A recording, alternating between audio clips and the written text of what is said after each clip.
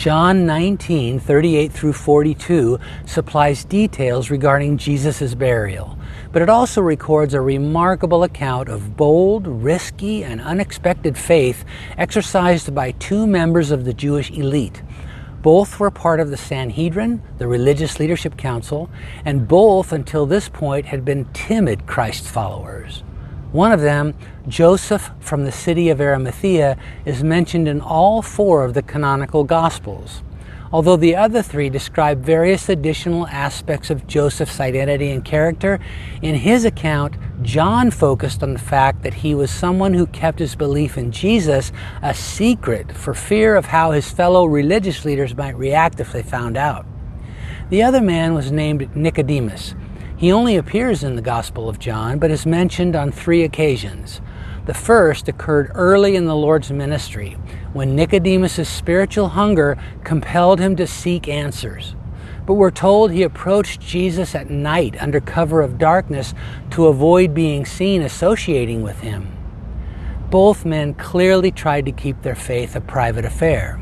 So it's truly shocking when, even while adrift in the high tide of heartache, confusion, and disillusionment they must have been experiencing in the aftermath of the crucifixion, they steeled themselves to take a very public and dangerous stand of solidarity with Jesus by assuming responsibility for his burial.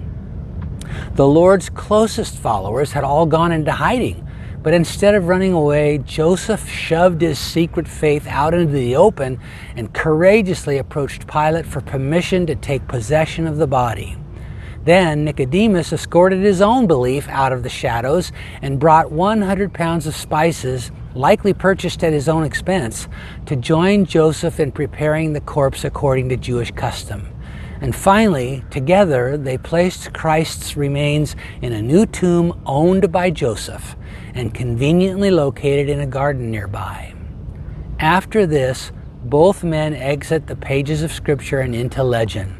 So even though we may desperately desire to hear the rest of the story, we simply can't know what happened next.